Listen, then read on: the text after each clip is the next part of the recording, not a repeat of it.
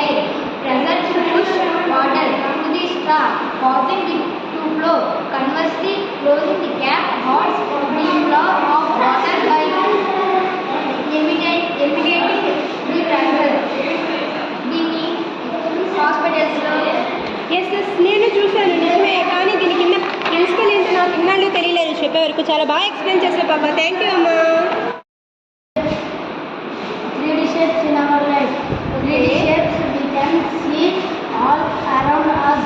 We can see cube and inner rivets and cube and a die.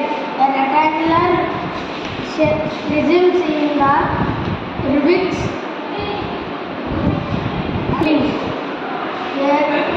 A sphere, globe and ball. A such cone. Okay. In a cylinder of bucket and tank. Okay, ఇంకా so ఇవన్నీ మన daily లైఫ్లో 3D shapes ఏమేంటి అని చెప్తుంది. ఈ hospital cuboid షేప్లో కట్టారు, ఈ హోటల్ కూడా క్యూబైడ్ షేప్లో కట్టారు, వీళ్ళేమో సిలిండ్రికల్ షేప్లో కట్టారు. రైస్ అనేది క్యూబ్ షేప్లో ఉంది. అండ్ స్పియర్ వాళ్ళు అవన్నీ స్పియర్ షేప్లో ఉంటాయి. ఇది కోన్ షేప్లో ఉంది. ఇది షాప్లో pyramid షేపా?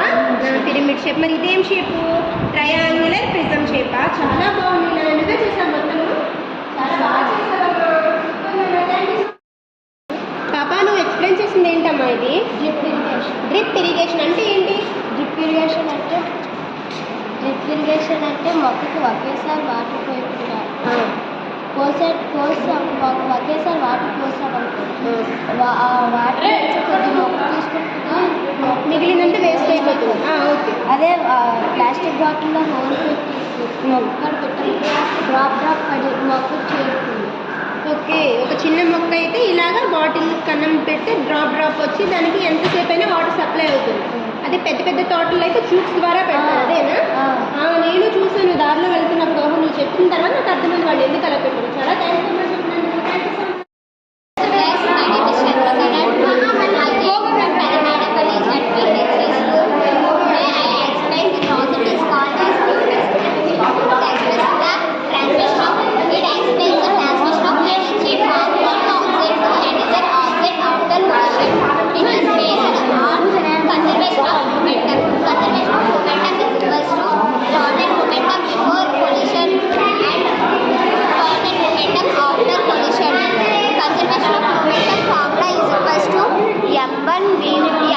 M1 plus M2U2 is equals to M1V1 plus M2U2. This pedal not only explains the conservation of momentum but also conservation of energy. విద్యుత్ రసాయన ప్రభావం అంటే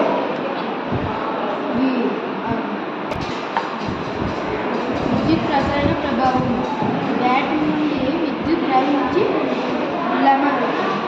నిమ్మకాయ నుంచి వస్తుంది. నిమ్మకాయ నుంచి విద్యుత్ ప్రవహించి బల్బులోకి వస్తుంది. నాకు వినిపించను, కొంచెం గట్టిగా చెప్పవు. విద్యుత్ రసాయన ప్రభావం. బ్యాటరీ నుంచి విద్యుత్ ప్రవహించి నిమ్మకాయలోకి వస్తుంది. నిమ్మకాయలో నుంచి విద్యుత్ ప్రవహించి బల్బులోకి వస్తుంది. దీన్ని బట్టి నుంచి ఆమ్లంలోనే విద్యుత్ ప్రవహిస్తుంది. చాలా బాగుంది నాన్న. అంటే నిమ్మకాయల ద్వారా కరెంటు పాస్ అవుతుంది. అంటే నిమ్మకాయలో ఉండే సిట్రిక్ యాసిడ్ అనే రసాయనము విద్యుత్తుగా మారుతుంది. చాలా బాగా ఎక్స్ప్లెయిన్ చేస్తున్నాను. Thank you so much. పాపా నువ్వు ఎక్స్ప్లెయిన్ చేసింది ఏంటమ్మా ఇది? డ్రిప్ ఇరిగేషన్ అంటే ఏంటి? డ్రిప్ ఇరిగేషన్ అంటే మొక్కకి ఒకేసారి వాటర్ పోయకుండా ఒకేసారి వాటర్ పోసామనుకో, వాటర్ కొద్ది మొక్క తీసుకుంటుంది, మిగిలినంత వేస్ట్ అయిపోతుంది. ఓకే. అదే ప్లాస్టిక్ బాటిల్లో హోల్ పెట్టి మొక్క పెట్టి డ్రాప్ పడి మొక్కకు చేరుతుంది. ఓకే, ఒక చిన్న మొక్క అయితే ఇలాగా బాటిల్ కన్నం పెడితే డ్రాప్ వచ్చి దానికి ఎంతసేపు అయినా వాటర్ సప్లై అవుతుంది. అదే పెద్ద పెద్ద తోటలు అయితే ట్యూబ్స్ ద్వారా పెడతారు. అదేనా? నేను చూసాను దారిలో వెళ్తున్నప్పుడు. నువ్వు చెప్పిన తర్వాత నాకు అర్థమైంది వాళ్ళు ఎందుకు అలా